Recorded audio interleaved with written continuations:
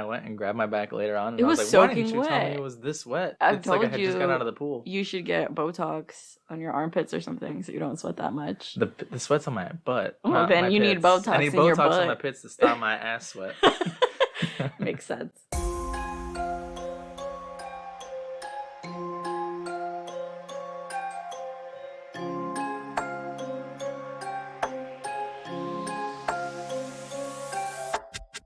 Welcome back to the Shaken Not Scared podcast, a podcast where we talk about classic and modern horror movies while we try to come up with a themed drink to go with it. Here with you as always, your hosts, Erick and Vivi. Today we're going to be talking about the 1977 movie Suspiria, directed by Dario Argento, the first of his The Three Mothers trilogy. But before we get into this, how are you, Vivi? I am excited. I really like this movie. I'm also sweaty. It is really hot today. Ew. What, you asked? It's humid. It is humid. I think it's going to rain, which would go great with the theme of this movie since it rains 90% of the time. Doesn't stop raining. Yeah. Well, it hasn't rained like that in a while here. No. A complete storm with thunder and lightning. What did we do this week? I attended a couple of webinars to help make this podcast a little bit better. Did it work? No. But I also attended this other thing that I just joined randomly that was put on by some NASA innovators. I know it's not like the aesthetic of our show, but I do like science. So they were talking about some... What do you mean? There's tons of science in horror movies. I mean, yes, but not real science. Or sometimes there is, I guess. Reanimator's science fiction. You know, it's cool how scientific the effects are, too. Oh, like, yeah, literal real engineers. technical. They were talking about some pretty interesting stuff. They were talking about this thing called the Lunar Crater Radio Telescope, which is apparently a telescope that they're planning, or it's a concept to put a telescope on the moon. So the aliens can see us? So that we can see the aliens. Oh. Apparently our Earth has this thing called the ionosphere that gets in the way. So if we put a satellite on the moon, that won't interfere and we can see more aliens. That's scary. Aliens. Aliens is the point of your NASA seminar. Yeah. I didn't see it for the science. I saw it for the aliens. And then this other guy talked about Venus and how they're trying to come up with like a rover that can survive on other planets. And so he put the example of Venus. Every planet has its own atmosphere and problems. Yes, I do know this. Is it Venus, the one that has lead rain and like acid snow or something like that? I'm not the person to ask that question. They didn't answer that in the... That's something I've read somewhere else, is that it's metal as hell on Venus. Sounds intense. Or it might be Mercury. I think Mercury is the one that has lead snow and acid rain. It was pretty cool. It's funny to see like super nerdy people talk for an hour. That's what we do. Yeah. We just don't have like a green screen behind us yet. Yeah, we also saw some family in Wisconsin.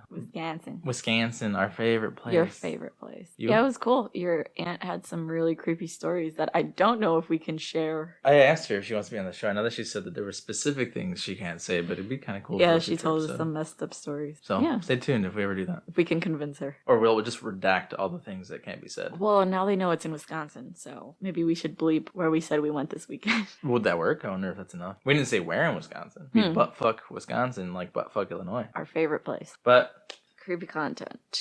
What'd you watch this week? What'd you do? Well, we watched everything together. We actually hung out this week like the husband and wife we are. Yeah, we've been busy with work like the last 3 weeks and have not done anything fun. No, and we just, instead of watching something long, we just watched a bunch of shorts, including El Gigante, directed by, and both of these actually were directed by Gigi Saul Guerrero. But well, I did not know about, but you told me about because you found it on a tweet.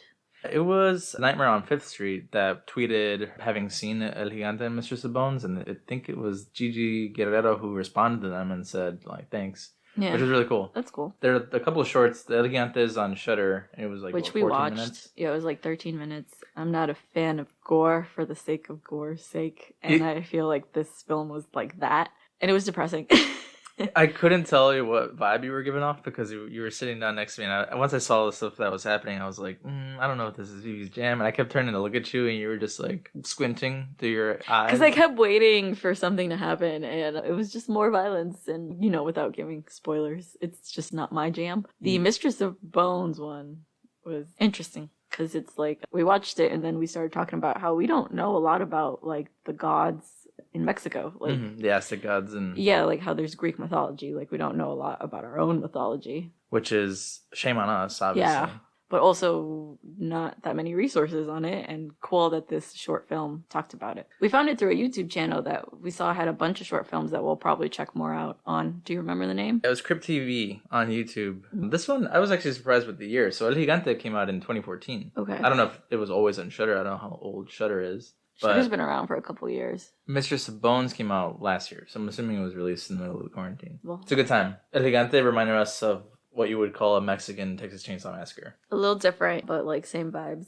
Gives you a kind of idea to check it out. Cool stuff. And then we also watched, this was recommended by you. It did. It's not really super creepy. It's kind of more of a family movie, but it's called The Mitchells versus the Machines. So it's a cartoon where a family deals with like the robot apocalypse. So I guess maybe you could say it's creepy. It was a super cute, hilariously animated, weird animation. It was done by the same people who did Into the Spider-Verse. I believe so, and I think you could kind of tell in some of their styles. And I was like, is this where animation is going? Because it involves so many internet memes and styles. It makes you think of like Gumball. You know how Gumball has a combination of, no, this is not horror related at all, but it reminds me of Gumball. If you haven't seen Gumball, the animation style is just a combination of so many different types of animation. So you've got like... There's a lot of shows like that now, I think. It's cartoon, it's 3D animation, there's like an actual T-Rex, there's a banana that looks like an actual banana that was just photographed. Also not on the topic of horror, but what we've been watching a lot is My Hero. Oh, so good. And they also have a ton of different animation styles, because like Lemillion is like done like the old Speed Racer type.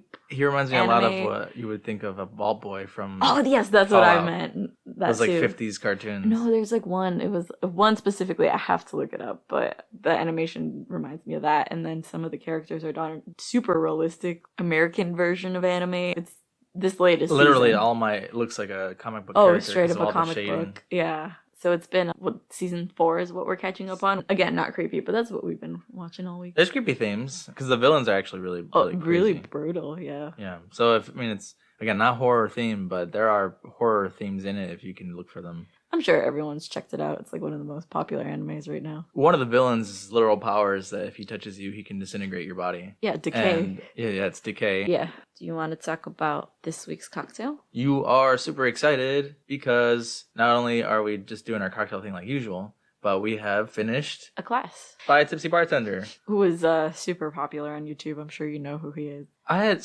heard of him before, and I started looking up drink videos from him because we took the class. He did the class, yeah, and I've again heard his name before, but I didn't realize that his videos weren't always as detailed as his classes were. So I was like, what would make somebody not just follow YouTube versus the class? That's the thing, because I've seen all his, not all of them, but I like, when you look up drink ideas, he's like the first one to pop up. And but he goes so fast. Yes, the class is definitely more like, we learned a little bit about tequila, a little bit about whiskey and like mixing. It's not a substitute class for being a bartender. You still got to do that, but it's like good to learn tricks at home. And you made a drink that you were super proud of. I'm so annoying. I've just been looking at my phone like, look, it's got 10 more likes. I've never had a post go that... Cool. It's not actually that It's viral. not viral. It's viral for me, okay? I've never had a post go that high.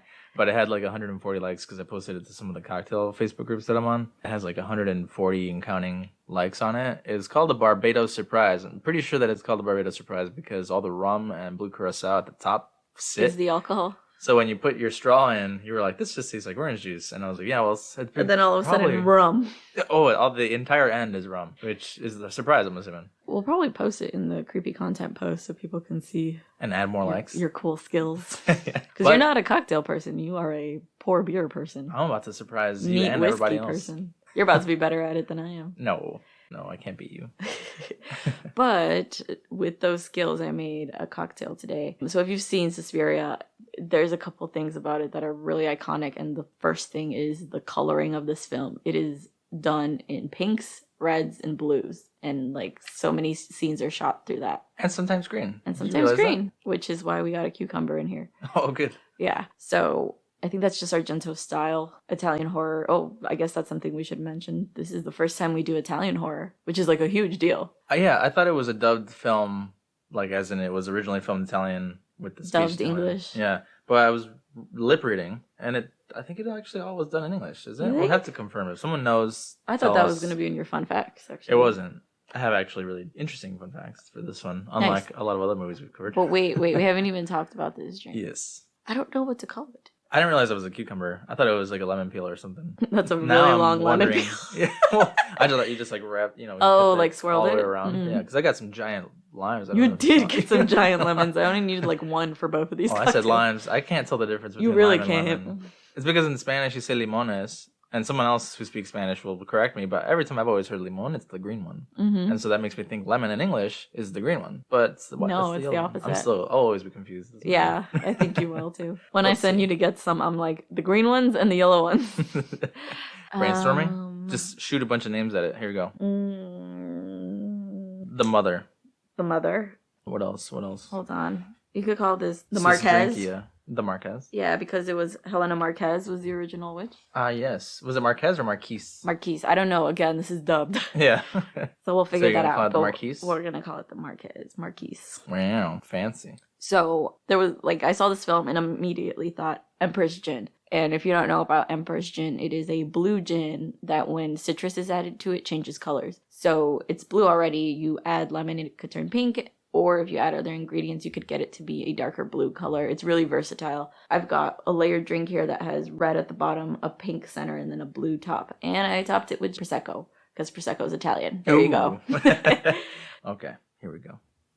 The silence speaks volumes. Well, it's because I keep taking bigger and bigger sips to see if combining the ingredients makes it taste different. It's definitely got a lot of flavors going on, so I don't know how this drink is going to taste in the end. I think that's why I'm pausing, because I'm like, I can't tell if I taste a lot of cucumber You do. or a lot of Prosecco But or you do. a lot of both. It's a mint-tea cucumber Prosecco combination with... This is nice. I like it. It's not It I mean, for is. me, it's not super sweet, and it's refreshing, actually. I feel like you always call my drinks refreshing. It 'Cause I like reminds me of refreshing. like a spritz. 'Cause champagne is just something I feel like you drink in the summer weathers. This you is know? super fancy, too. Mhm. I could see this being, like, served at a gala. $15. Yeah, no, 20. Oh, thank you. But I made a backup drink because... The poop drink? the poop drink. Because when I told you my two ideas, you're like, that one sounds like it would taste better. And That one that you served. Yeah, this one right here. Okay. It's straight from their website. It's called the Drink Me, and all I did was like top it with Prosecco instead of club soda. But it's one of those drinks that only looks pretty when you're layering it at first and the colors mix, and then it sits. It just looks like a purpley drink. You said it just straight up looks like poop. It looks like poop. Want to try this one too? I didn't realize it was purple. I just actually thought it Yeah, was brown. actually, like. Okay, this is kind of gross, but do you see it's got glitter? And Oh, yeah, I guess it does. I should have brought a spoon. You just use your finger. I did. You put your finger in my drink. Who does that? You're gonna like that one better. You think so? Yeah. No, I like that one better. The other one. Really? Because Yeah. that one has mezcal. I mean, I do like the mezcal. You're like, Love you know what? mezcal, Just oh, yeah. add mezcal to this one and it'll work. Yes, please do. Add mezcal to the other I one. think I could. That would be another weird combination of flavors, though. Gin and mezcal with pepino Yeah, and prosecco. and prosecco. Just trying to get drunk. I do like this one too, though. It's good. It's not as pretty though. We'll post both. No, we'll make that one the drink for something else. Yeah, A poop movie. a poop movie. Good But stuff. what would you rate my cocktail? The original one, not the poop. Not the poop. I keep bringing the poop up. We get it. You shouldn't have Called shouldn't it have that. called it yeah. The rating? 3.5. 3.5. Man, I'm gonna give myself a 5 because it's pretty and it's pretty tasty. Usually, when a drink is pretty, it's not good. Yes, that's true. You're right. It's a 3. I give it a 3.5 because it tastes great. Oh, Presentation is amazing. but I only got a 3. Okay, 4. Fine. Thank you. Pressure, peer pressure. The lasers that she Again, just you've gave me. never given one of my drinks a 5. I don't think I'm gonna give cocktails a 5 person. Guess we should just end the podcast. No. One day we'll find it. Now that we have cocktail skills, We're gonna find that number 5. for you. Mm-hmm. And gonna that's be 0 for neat. you. I don't know. It's gonna be neat. So, are you ready to talk about this movie? Let's go. Do you have a brief before I get into some fun facts? I do, but again, just wanted to ask what you thought about this movie since it's our first Italian. I'm excited that we're covering Italian horror finally, since we watched Into the Darkness 2 and they had a whole segment about it that they didn't cover the first time. But this is that piece where they were saying that if you weren't from Italy, you wouldn't understand it. And I was like, well, I mean, there's not much to not understand. This It's pretty movie's pretty straightforward. good, yeah. The first time I had seen it, I told you this while we were watching, is I don't understand why I didn't know what was going on the first time. And I was like watching it this time, I was like, man, this movie is actually pretty straightforward. There's nothing confusing about it at all. It kind of is confusing when you're first watching it. I guess we can talk about it. I'll go into the overview if you're ready. Okay. So, this is from IMDb. Susie travels to Germany to attend ballet school. When she arrives, late on a stormy night, no one lets her in, and she sees Pat, another student, fleeing from the school. When Pat reaches her apartment, she is murdered. The next day, Susie is admitted to her new school, but has a difficult time settling in. She hears noises and often feels ill. As more people die, Susie uncovers the terrifying secret history of the place. Dun dun dun. Wow. That gives away the whole plot, basically. Really does. And it definitely diminishes the role of other characters. There's more going on, yeah. Because Susie's not the one who figures it out. She definitely has a lot of help. She's too busy being wine drunk the whole time. So. Fun facts. I like that. Yeah, the fun facts. Ready? These are coming from Grindhouse Database. It's a different site. Wow. The Dario Argento worked with the band named Goblin to put together the music for the film. In order to bring out actual fear and uneasiness from the actors, Argento actually had the music play at full blast on set. The music is a huge part of this film. It is great and definitely builds terror when there is no terror. Yes. There's a specific scene where the music cuts and you're like, what? It's boring without the music. Apparently, this isn't part of my fun facts, but the band, you know how it sounds like there's chanting? Yeah. Apparently, it's like a lot of it's just gibberish. Yeah? Like, it's not actually them saying anything. I thought it was a witch. According to one of the band members. Chants. The witch is actually them going, whoosh. Yeah. Whoosh. Yeah, the music is great. It makes me, like, if I were to hear this music, I'd be like, this is Suspiria music. Oh, yeah. Yeah. But so the original idea for the movie was for the ballet school to be for young girls under 12. But the studio, including his father, who was apparently the producer, rejected it, thinking that it would be too gruesome if it involved children and would get banned. I think it would, because this was, 77? We haven't really seen that many child deaths on film. We'd maybe seen, like, child zombies, like with Night of the Living Dead, but that would have been die off screen. Gruesome, yeah. Especially if it was, like, shot for shot children instead of adults. It'd be messed up, for sure. Also, if you're giving children wine.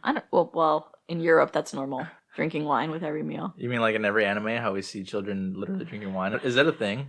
I think the U.S. is just weird with alcohol because wine is like served with every meal in like a lot of other countries. Yeah. This next one is a combination of fun facts that I just figured I could clump them in together because it has a lot to do with Dario Argento's girlfriend at the time, who was also co-writer of the movie, Daria Nicoldi. So same name almost as her boyfriend? Yeah, his name is Dario, her name's Daria. So the film was originally supposed to star Daria Nicoldi, but they ended up going with a younger actress, and she ends up voicing Helena. Damn, he really said, like... You too old. You too old. You're gonna voice the 100-year-old lady in this film. Can you imagine?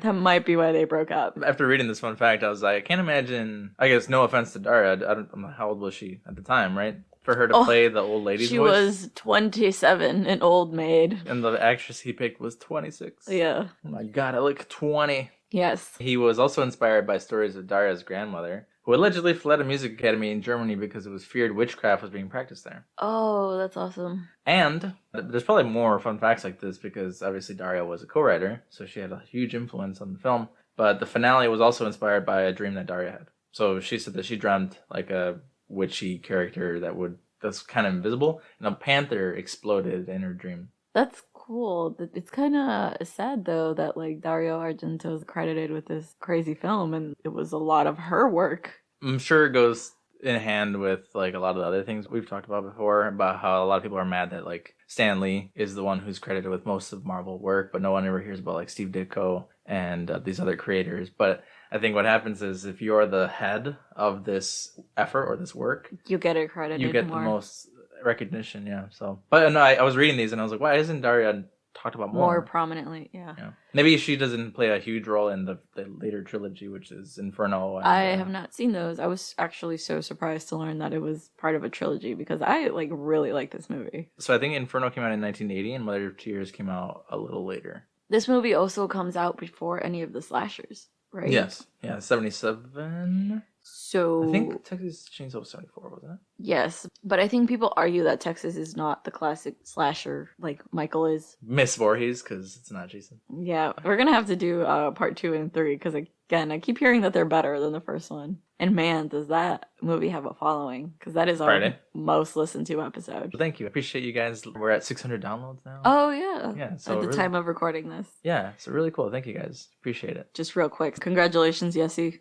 my sister, for getting her master's. I forgot to mention that at the top of the episode. Yeah. Woo! Woo! Another unaccredited woman, apparently. But is that it for fun facts? It is. Yep. There was not much else. There was like a lot of like weird nuanced stuff that I was like, and people don't really care about that. They can look it up themselves. Look it up yourself. But let's dive in. Keeping on the theme of doing a quick run through. Vivi's gonna do this one because she picked this since she was the one who voted on Twitter. I was the only one who voted on Twitter. We didn't have a lot of Twitter followers at the time. We have more now, so yeah. Thank you also for following us on Twitter. This is gonna be a huge thank you episode. We've done nothing. Thank you.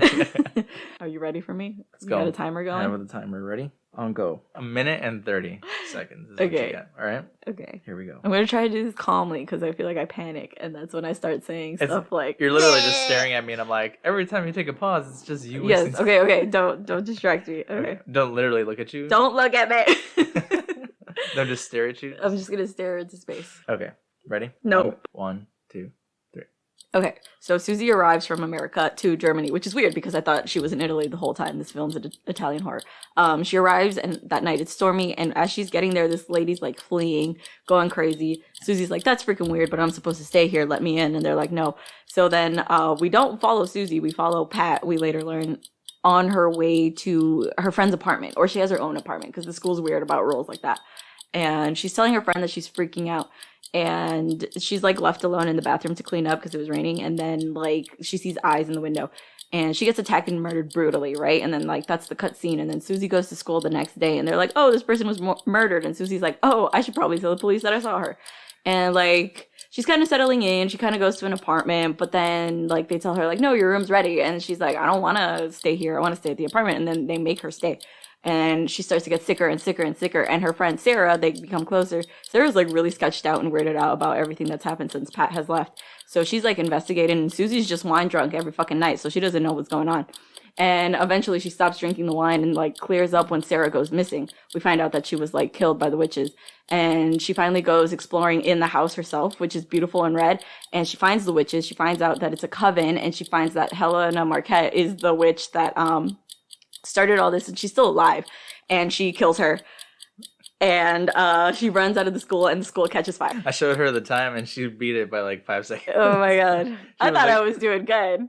You were doing good. I was actually going to say that we should probably still cut it back to a minute. I think it'll be more fun. I'm getting too good. At this point, we like actually tell the whole story, and we're like, all right, guys, well, that's the end of the episode. No point in listening to the rest of us talking. No.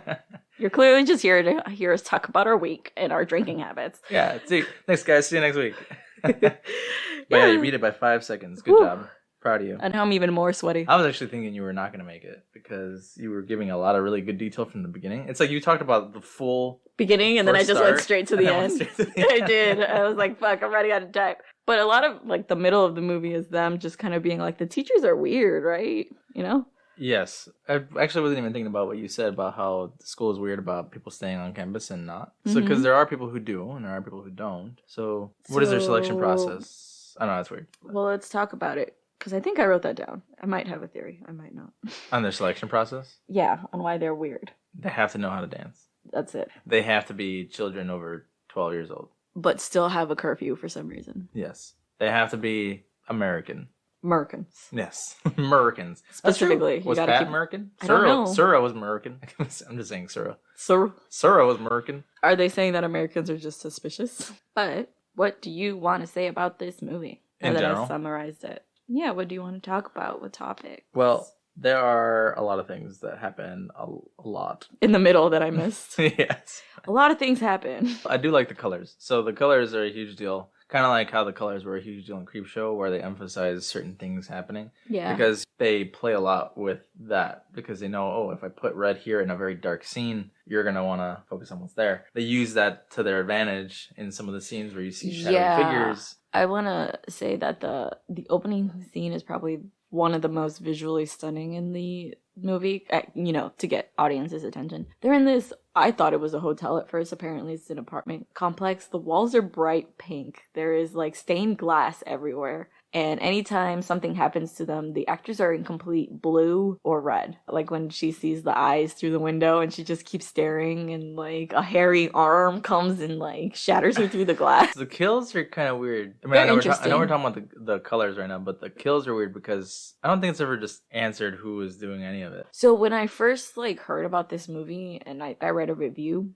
the review made it seem like this was going to be a murder mystery movie. That there was going to be like a cross-dressing murder. I don't know where I read this review. It's clearly way off, or unless this is what the movie's trying to make you think at the beginning, that it was a cross-dressing murderer that was going around, and then you find out that it's witches. But watching it the second time, when it's like, whenever something creepy happens and it goes like, witch, like, it's very obvious it's a witch movie. Right, because the first time I remember thinking it was a murder mystery. You're thinking, okay, which character who is odd throughout this whole movie? There's the butler, who they have like a tragic story for. It's like his teeth were missing and he's an ugly man. That's tragic. That's tragic. If that's your life, it's tragic. There's Miguel Bose, so I told you I was going to bring this up. But Miguel Bose is one of the actors in this movie, and he is actually well known as a singer in Latin America. It's so strange that he's in this film. He looks completely different. He's super young. I don't know why I thought, the first time I watched this, I remember going into it thinking he would look like he currently does. And when I saw him super young, I was like, oh, that's who's that? That's not him, is it? Yeah, he looks crazy different. And it's interesting to know that his like career started with that, and he's like a singer. Oh, he's so good, dude. Some of his songs are great. He's collaborated with Shakira. He has everybody. He has a CD that he has every song is a collaboration with another singer of all his classic songs. Yeah, have you heard that one, Pepito? I think it's Papito. Pepito? Maybe, because I know my parents like have his CDs and stuff, which is like crazy to see him in this horror movie. Mm-hmm. You know? You're suspicious of him because he's got a crush on Susie. Yes, and he's the only like prominent visibly male strong male character who would be going around killing women. Other than the butler, which we already talked about, and then like the weird kid. Oh, that kid is so creepy. But fuck that kid. Yeah, he gets the dog. Yeah. I don't like that. When we see the opening murder scene, the kill is very dainty. Did you notice, like, the way they were holding the knife is like, it's not like Psycho in, Ding! American horror where they're like fisting it. Which is the way you would hold it? Yeah, because it's like... Have you ever tried stabbing somebody? All the time, every day, while you're sleeping. It's not just the knife slides in. It's like you gotta put force behind it. I can't even like cut carne when we're cooking it, like... But it was so dainty, and it's like your hints that it's a feminine killer. Even though the arms are super hairy. Hey, so I am super hairy. I ordered like a pound of wax the other day, and you were like, gross. A pound of wax? A pound. Is that for real? Like you actually buy it by the pound? Yes, at least on Amazon. You have to order it. It's like in Costco. You order in bulk, so you don't have to buy for a while. The things you do for love. The things you do for love. You didn't buy it for me. But I wrote down that first kill is huge overkill. No pun intended. Because, alright, so this girl is getting stabbed. These dainty stabs over and over. She's not dying yet. And over and over and over and over. And again. And again, yeah. If you got, I've never talked about this on the show. It's like my favorite thing. If you guys want to waste like 10 minutes of your life, because I've seen this, 10 minutes of your life wasted when you watch it one time. I've watched it at least 50 times and wasted my time every single time, but worth it because I want to introduce it to people any chance I get. Oh my god. But it's the world's, what was the name of the thing? It was the world's horribly slow murderer with the extremely inefficient weapon. Look it up on YouTube. It's 10 minutes long. It's super crappy, but it's hilarious. It's a guy who goes running around named the Ginosachi who kills you with a spoon. Yeah, and you've referenced this a million times. With a spoon. And again. And again. Let the people watch it. You'll understand.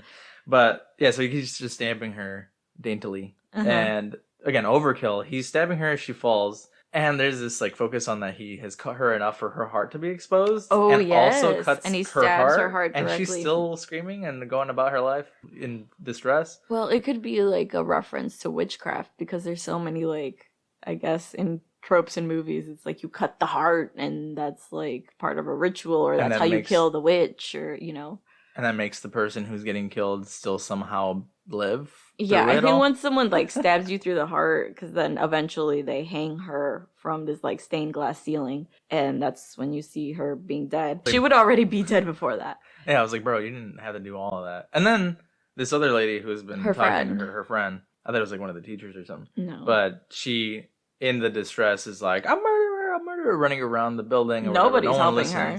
And through her falling through the glass, she's underneath.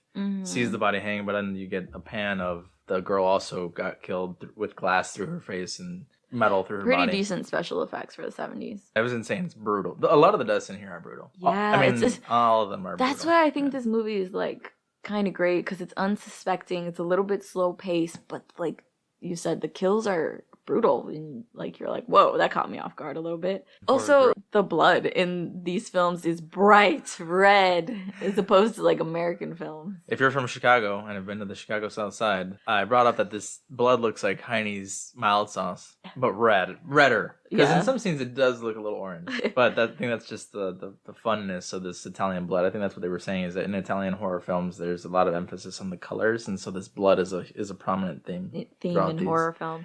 Yeah, but it looks like hot sauce. It does. Does that make me messed up? Yeah, there's even a scene where when Susie finally figures out that they're like dosing her to sleep with the red wine, she throws it down the sink, and it is the thickest wine I've ever seen in my life. It's the same color as blood. Yeah, and she's like washing it, and it's like blood goes like water. Like wine goes like water, but that looks like blood mixed with wine. Maybe that's what they were using to make her sleep. The next day when she actually does get to go back to the school after Susie has seen this girl run out, doesn't know she's murdered yet. You go in and you meet Mother Blank. They keep saying in like the dubbed. I don't know if it's dubbed. Oh shit, the power just went out. You said Mother Blank and that's power. Oh no. Okay, we're just gonna keep going and hope nothing happens. They're gonna go check it out. So the lights work now. So I think it was that we said Madame Blanc's name. Yeah, that was pretty freaky. But they keep saying Mother Blanc in like American, but wouldn't it be like Blanc? Blanc. Like, there's the weird like instructor lady that she meets. What was her name? Like Madame Tanner. That could be wrong. Hold on, let me look. Was it Tanner? Tanner? Sounds right.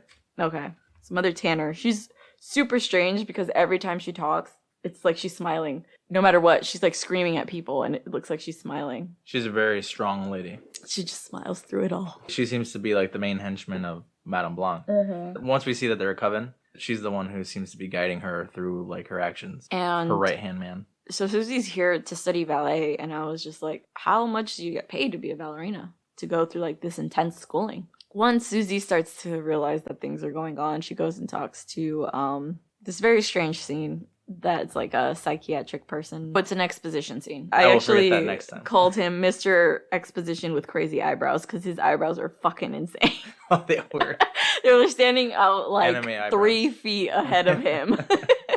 But Pepe Loquaz, do you remember him? No. Do you remember Pepe Loquaz? From the Univision. He was like the Muppet character that would come out on the news, and he had the giant eyebrows. I will show you a picture. I'll post it on the notes. Pause. You gotta show me. Really? Okay, pause it. Okay, so I showed Vivi the Muppet Pepe Loquaz from Univision. If y'all have seen, I guess, Spanish television long enough, you remember Pepe Loquaz. It's a legit Muppet. He's not saying a person looks like a Muppet. I remember now. Yeah, he has crazy ass eyebrows. Yes, that's the eyebrows that this man has. He explains to Susie that the main objective of witchcraft is to obtain money, which makes sense when she first enters the school. Everyone's talking about money. So it makes me think that Susie gets targeted because she's not fully, like, subjecting herself to the coven. Like, she's not, like, assimilating to them. Mm-hmm. And these girls clearly have. Because it's literally, like, she needs an apartment. They're, like, $50. And she's like, I need to borrow ballerina shoes because mine aren't ready. And they're like, okay, I'll give it to you for $15. Like, everything's about money.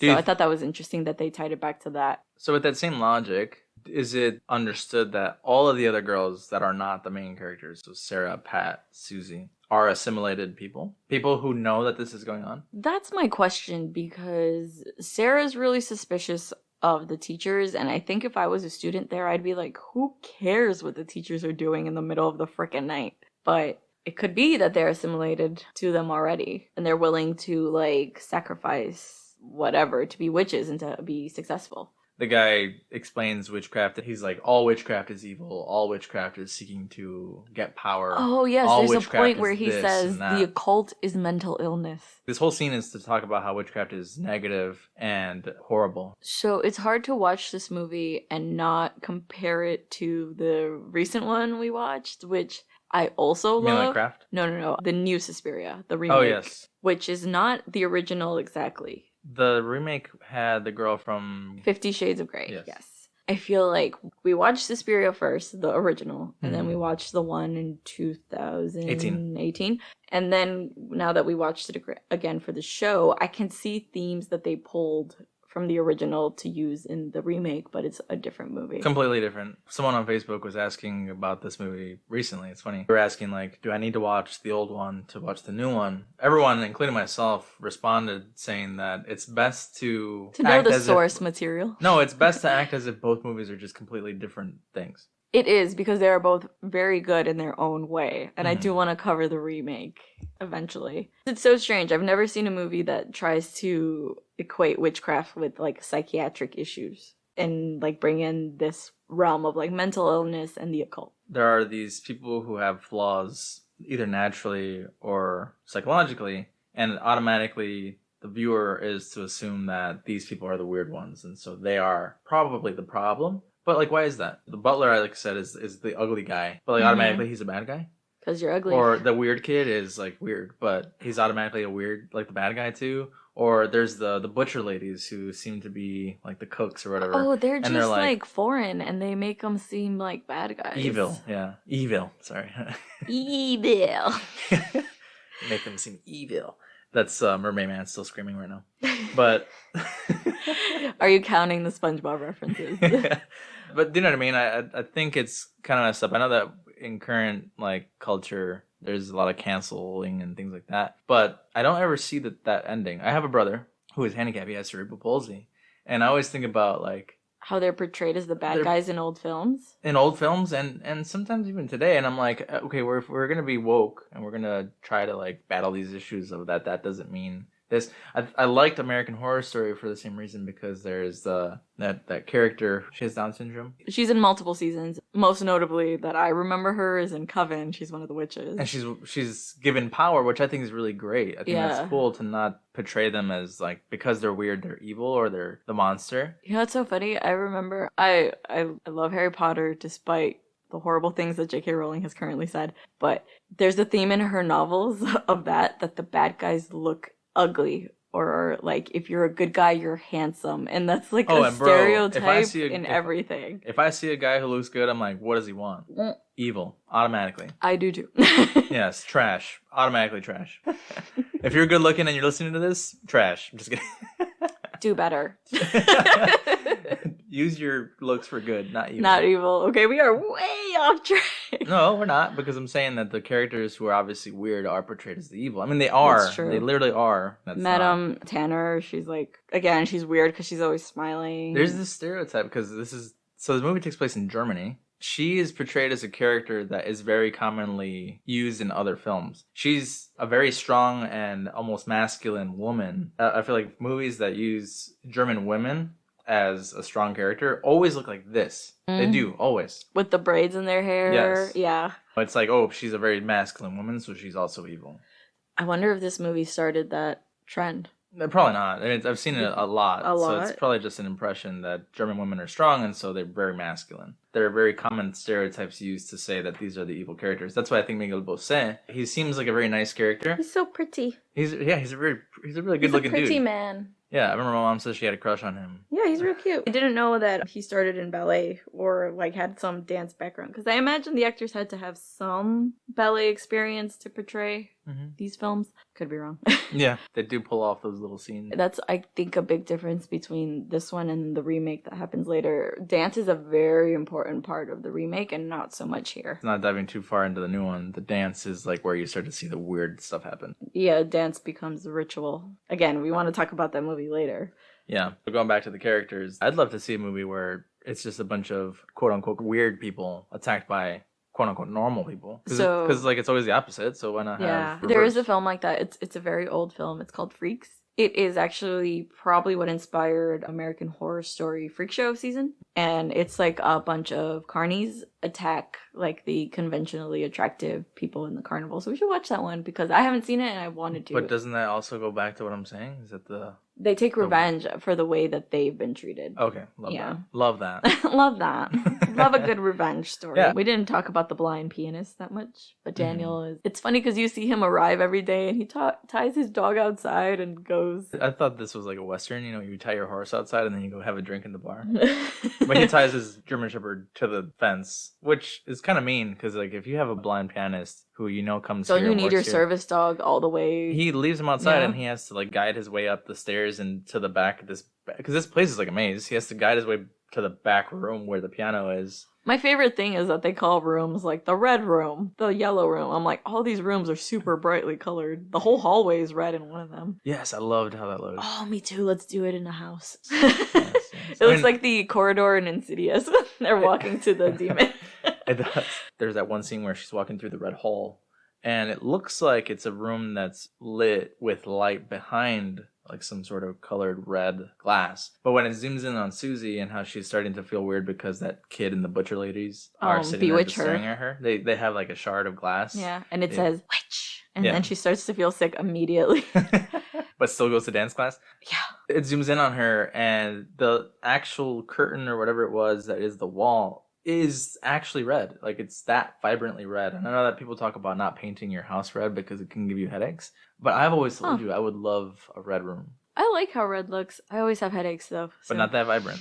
Maybe like a maroon or something. Yeah, we'll tone it down a little bit. Yeah, that'll be our podcast. I want a black living room. Me too. And people also say that black is horrible. People always say, don't paint your house black. It's too dark. You know what? We should paint our house like the Addams Family. Pink. Oh, yes. Like, it's kind of like the apartment complex in this film. The Addams Family, the black and white one, was filmed in... Mostly pink because I think the different hues of pink showed up better in black and white. So that's why our room can't be black. It has to be pink. It has to be bright pink. Like Vivi's gamer chair. Where I don't game.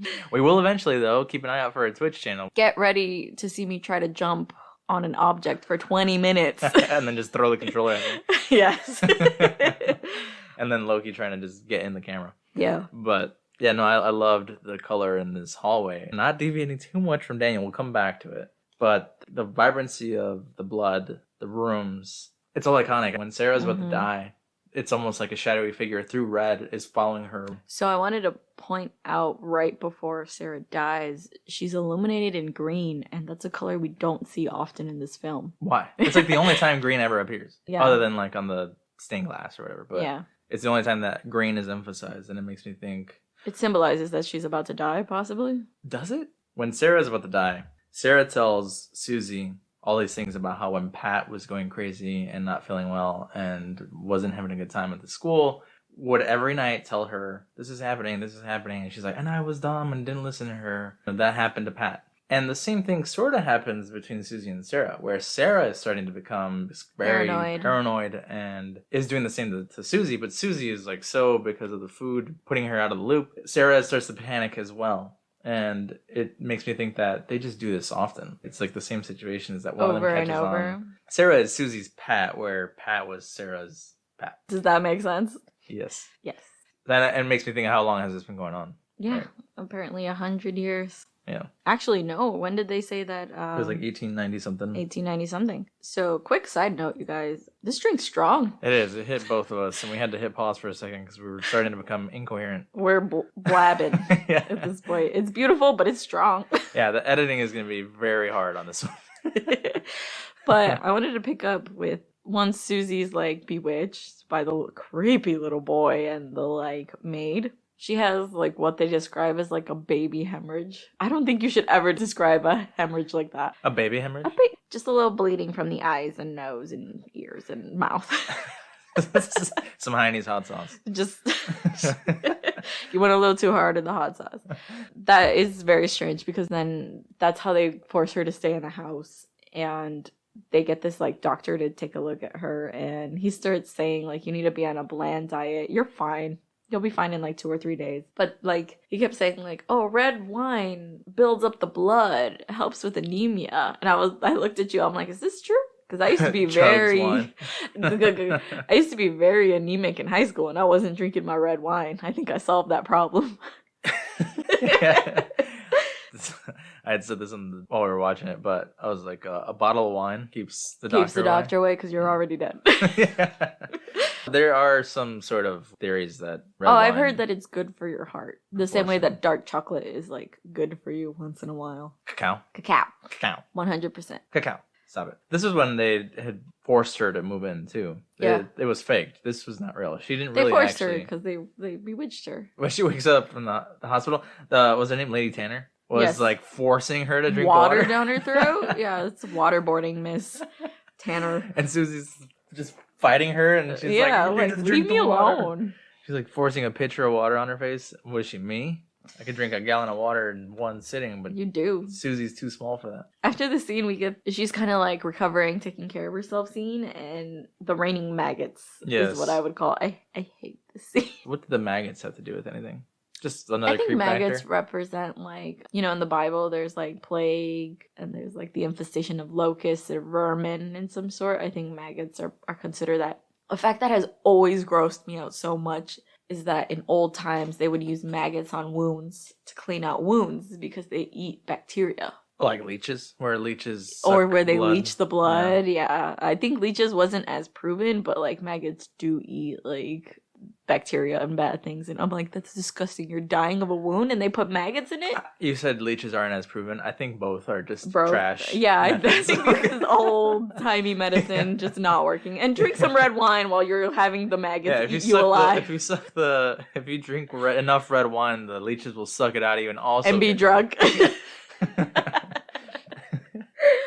Yeah, so you'll just get the effects of the red wine, but then they'll also suck out the alcohol, so it's not affecting you in a bad way. There you go. Cirrhosis for the liver. Science.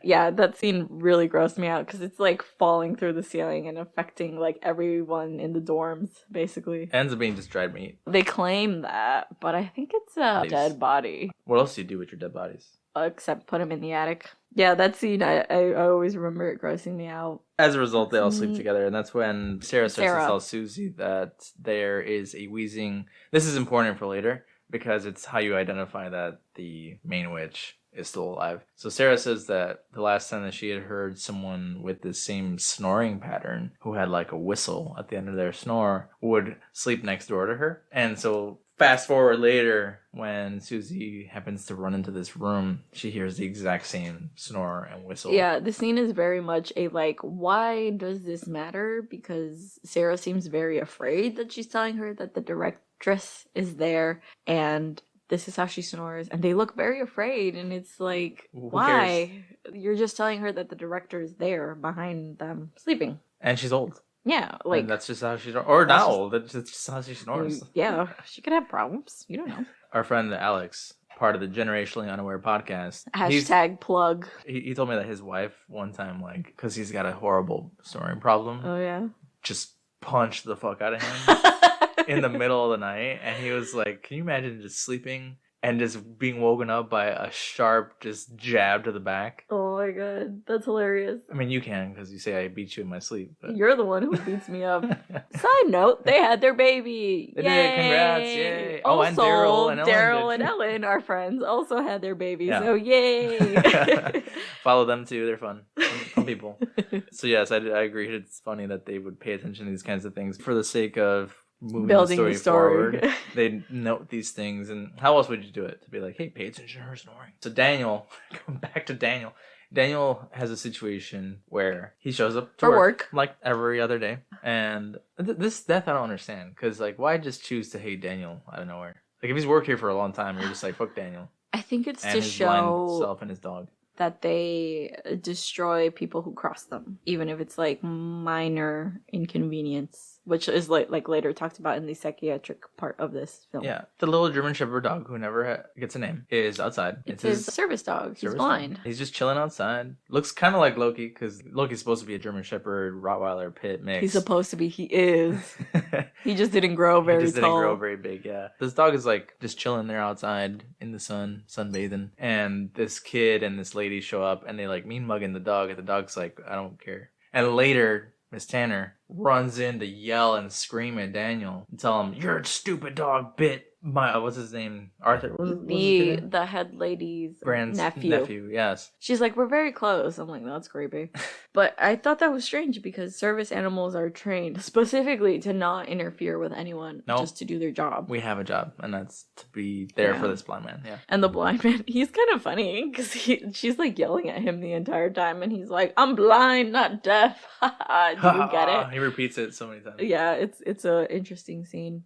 But I think it's just meant to show that, like, when you cross the witches in any sort of way, It doesn't matter how like little you are. yeah, they will get revenge. Stupid. Next scene is we see Daniel at a bar. This bar is awesome. Again, it's Germany. It's a German bar where they're doing some like slapping dance. Yeah. Tell us about it, Eric. You're German. I apologize for being ignorant because I don't know this dance. In Chicago, there's this, I think it's a chain. That's Hofbrauhaus. Yes. And a couple years back, my ass was purple. Because if you take a shot. Why? Because if you take a shot, and all my friends did it, so I love you guys for having done that with me. Oh, we have videos of all of you guys. We can post them if we want. I have them. Yeah. But my ass was so purple, like horribly purple. My mom was worried because she was like, "It's just your whole back is purple." Because why? They paddle the crap out of you. Yes. Yeah, 3 times. They do like 2 mini. They give paddles. you a shot to take at the end of it, but they paddle you 3 a million times. Yeah. And like, because it was my birthday, everybody was buying me shots. Because it was your birthday and we invited like 20 friends. Everyone bought you a shot to get your ass beat. Oh yeah, it was a good time. Oh, yeah. It was crazy. That's what this scene reminded me of too. There was like competitions if you could like hold a stein with a beer with your arm up without falling. I lost, but we should go back. Oh man, you'd beat me. It's not even a competition. So Daniel is here hanging out, getting his ass paddled, and he leaves with his German Shepherd dog, and they end up walking through this like center, seems like. It's like there's a lot of Capitol buildings, it looks like. It looks like it, yeah. And he starts to hear whispers and chants, and the music creepy amplifies. Music, and the dog's freaking out, and he doesn't know why. And we find out that the witches bewitch the dog to attack its owner. It's a sad scene because then it's not sad. He got to eat raw, like a bougie dog. Yes, the dog was probably fine with it. It's funny because the dog like runs away from the cops, like he knows he's committed a crime. He does. It was funny because with all the barking, Loki started like looking at the screen, and we're like, no, don't look at where the dog eats the owner's neck. It was almost like on cue. Loki was watching the screen the whole time, and then he looked at us like, huh, I can do that. That's an option. So if we things die, are about to change around here. If we die, you guys know it was Loki. It was Loki.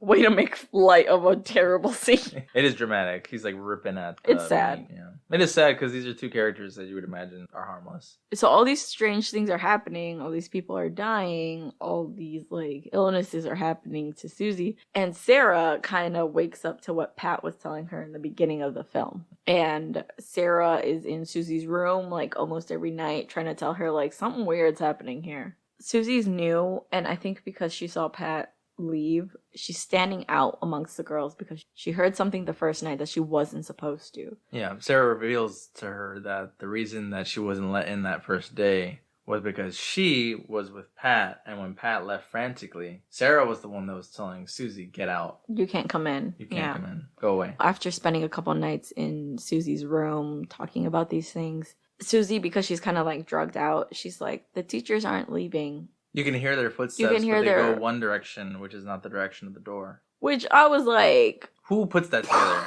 Mind blown. You have to have an amazing sense of direction, an amazing sense of direction, and an amazing sense of hearing. And care. Yes, and she was half drugged when she noticed this. I would not. I would never notice. No. A lot of, again, I think it's to push the story forward. Yeah. But a lot of things that are like, it's because this, it's like, dude, that's a reach. It's a bit No one would ever notice that. No. Later on, you even hear her like, oh, I have to count the number of footsteps it takes. Like, they could literally walk in circles. In one direction or another direction. Or be pacing. That wouldn't work out. And it's in one of these scenes where she's in her room that she, like, finally decides to run out of the room. It seems like... Did you get this? I don't know if I was, like, interpreting it wrong. But, like, a light kind of goes off behind Susie's mirror. And it seems like someone's coming through the mirror. So that Sarah runs out of the room. I do remember the light going off. I don't remember seeing anybody, though. Well, something scares her enough to leave that room and start wandering throughout the school. Sarah's death scene, essentially. It's kind of fucked. And we talked about how this is actually a really dumb death. Because... This is the scene that is so strange to me. It's the one where the music is so suspenseful and then it stops. And a combination of very bad choices. Yes, because the killer is trying to unlock the door that she's run behind. And using takes some them weird... forever. The music cuts and like it's like just Sarah building furniture on top of a window to get out. It wasn't furniture. It was a bunch of empty luggage bags. Because at first I was judging her for thinking... Which is interesting, right? Where are all these empty luggage bags coming from? Is it from girls that have been previously murdered? That's where all the dry meat is. Yeah. The dry girl meat. But this is where Goblin the band got tired of this killer just taking forever. And you know what? We're going to take a break, guys. But Sarah's death scene... Makes no sense. No, it bothers me to my core. She escapes through this window and she just jumps down this window without looking where she's landing, and it's filled with barbed wire. The part that doesn't make sense about that is because she pauses. She stands there, looks across, and is like, there's an open window. And then just hops down. Like, wouldn't she try to jump across to the window? I don't know if I would jump at all. I told you I would just hold down the lock that this killer is struggling so hard to open. To what end, though? You just stay there all night? Yes. Better than being cut up by barbed wire. That scene, the whole time she's, struggling and screaming in it, I feel like I feel it in my body, all the cuts that she would be getting, and it's just so unsettling. I tried to imagine that if that happened to me. Your thought is...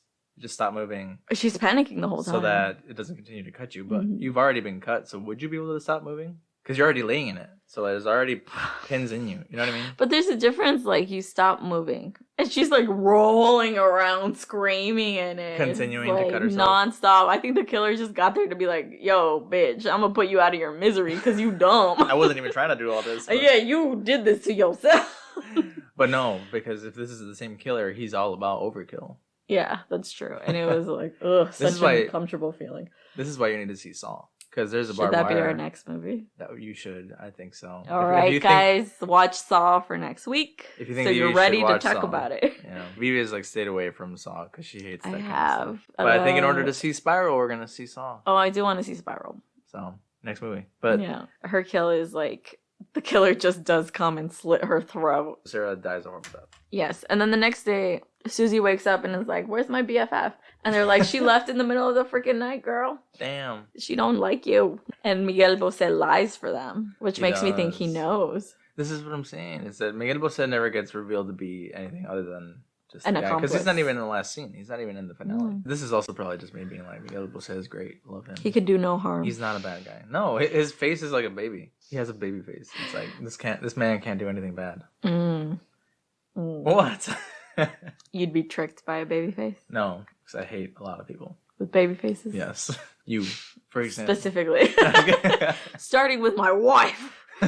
Going back to having had this exposition scene, there was one thing I wanted to point out about what this man said. Yes, because he is Sarah's friend, and Sarah has talked about him before. So Susie reaches out to him like, well, yo, where did she go? And that's when she meets with him and starts talking. This is where she finally is kind of like, they might be witches, and starts asking questions because of all of Sarah's suspicions, not her own. So the guy says that he basically heard from her that in 1895, this academy was funded by Greek immigrants. It was believed that she was a witch, and so they expelled her from a lot of European countries. She was named the Black Queen. So she had found the ballet academy, and Madame Markos in a fire died. And so this is the part that I think is suspicious. They were like the cult, because they thought she was a witch and was doing her witchcraft behind the scenes at this ballet academy, were like, well, now that she's dead, the witchcraft is over because she's not there anymore, but her favorite student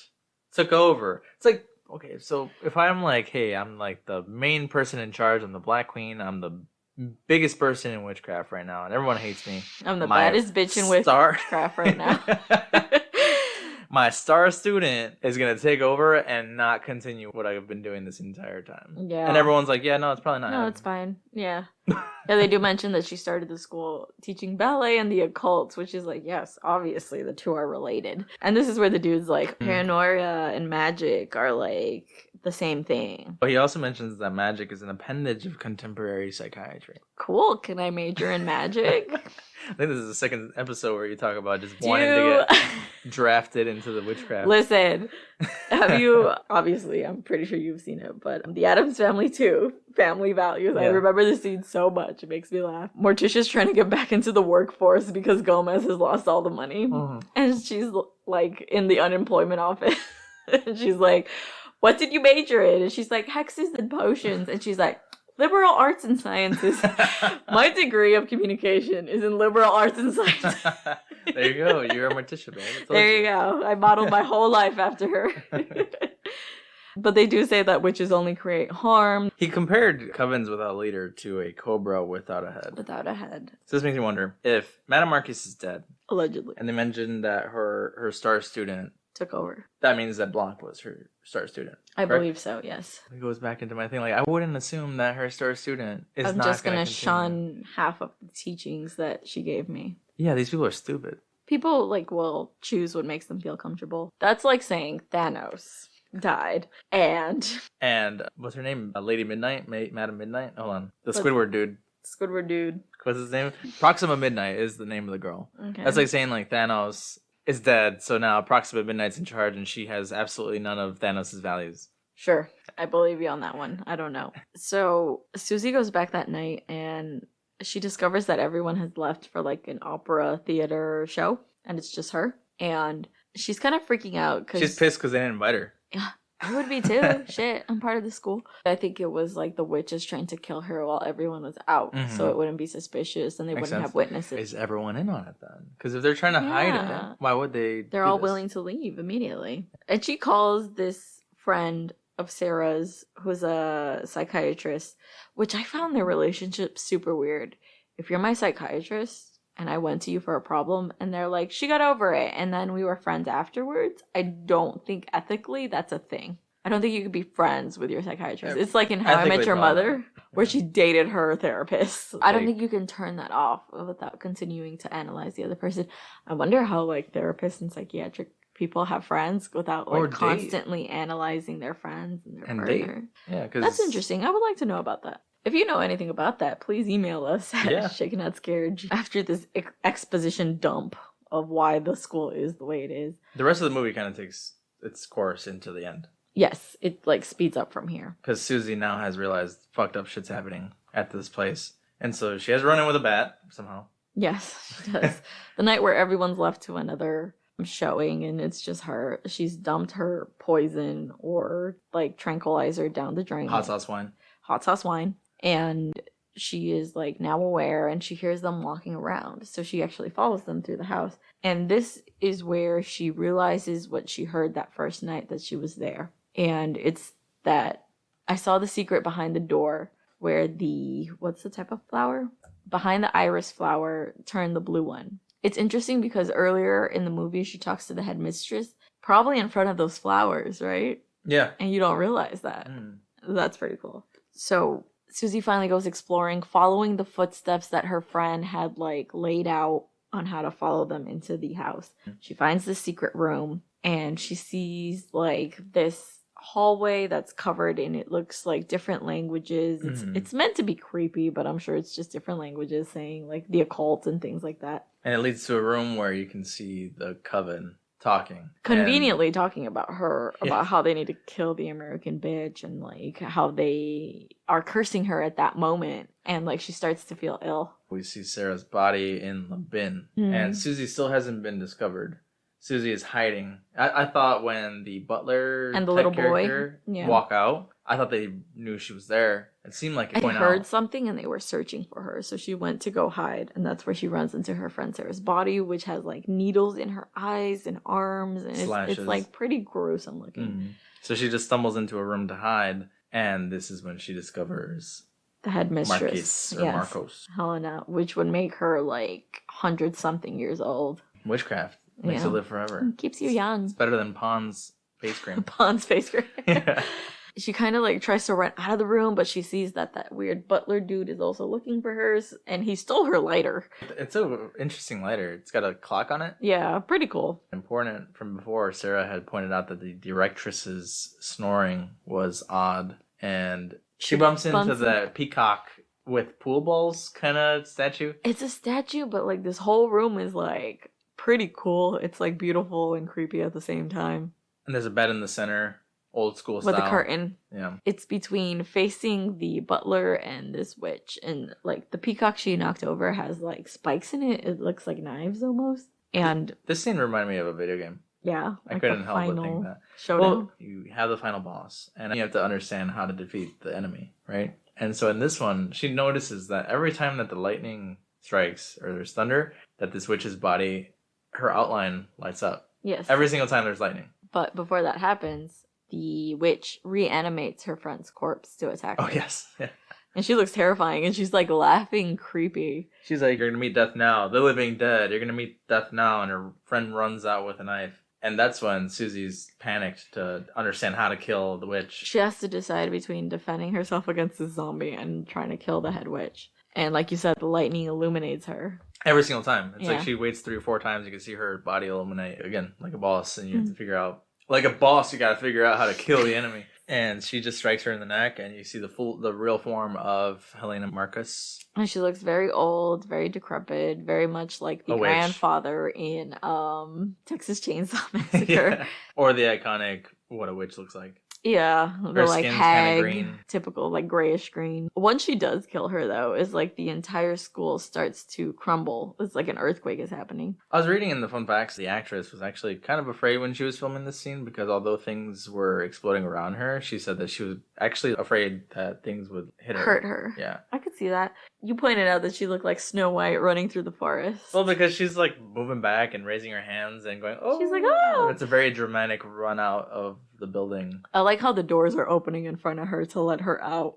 There's one part where she goes to grab the doorknob and doesn't, and then the She's doorknob like, explodes. wait, it's like, psh, and then it opens. And she's like, thank you. Yeah, it's. The ending is weird. It is because You think so? yeah. So I don't know if you noticed this, but when she's walking away, when she finally makes it out and she's in the rain or whatever, she's like very panicked still. But then she kind of is like, huh, oh, and then she's like smiling and just slowly walks off. She's kind of laughing. Uh-huh. She's doing her Oh. slow motion walk as the explosion goes off behind her because the school catches fire. Credits. Yeah, that's literally it. I think there's something there about like she entered the school in the rain and she left the school also in the It starts how rain. it It's ends. purifying, you know, like you could comment that. But it also was like Helena Marquez was said to die in a fire years previously, and that's how this school is actually brought down. Interesting. That's how it ends. So did Miguel Bose die or? No, he was at the show. Ooh, The rest of the school was good. at the That's show, all I right? cared about. He's the only character I care about. Yeah. What'd If you it think? wasn't clear, when she's like first entering this hallway, she sees the like headmistress and the follower doing like an unholy communion kind of thing. She feeds. What was her name? Like Tanner. an ostia. Lady Tanner. Yeah. She's like, I want her dead, but here's the body of Christ. Yeah. Yeah, kind of. Yeah. Why do you make noises about church? Yeah. Here. That's the sounds priest make. Obviously. You gotta swap spit in a wine glass. Ugh.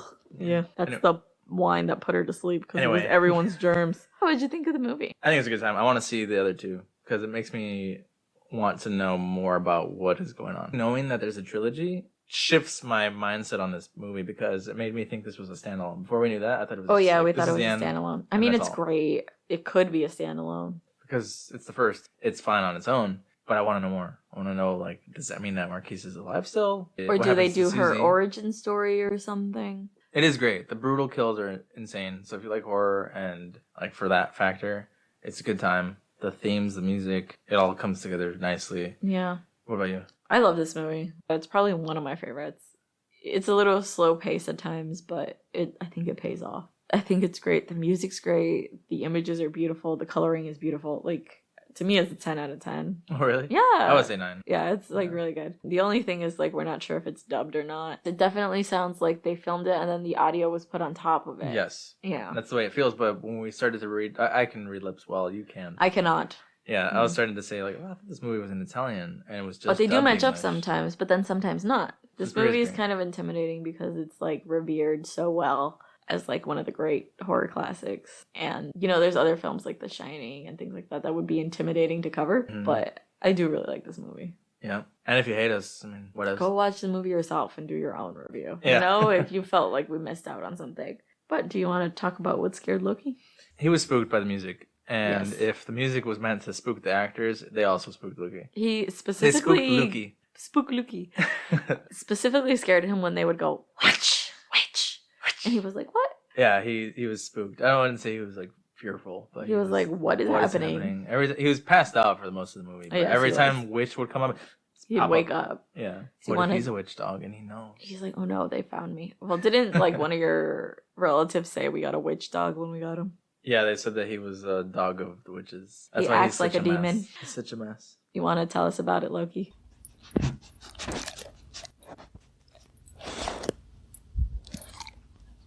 Makes sense. I knew you were a demon dog. Yeah, just don't get any ideas from that dog that ate his owner. Yeah. Awesome. Well, thank you for joining us on Suspiria. As always, we hope you guys had a good time here. You can follow us pretty much anywhere at Shaken Not Scared Pod. Send us an email at shakennot@gmail.com. Our Twitter is different. It's Shaken Scared Pod. And you can support the show on Patreon. We'll name our next drink after you with mentions on our website where the drink page will live forever. You can listen to us on all your favorite podcasting sites, Apple Podcasts, Spotify, Google, Stitcher, a bunch of others. Give us a listen, give us a follow. We just hit 600 downloads. Again, we're still looking for some Apple reviews, so please do it. Baby has been begging. We're also becoming more active on Podbean, commenting on stuff. Yeah. Okay, thanks, bye. Bye.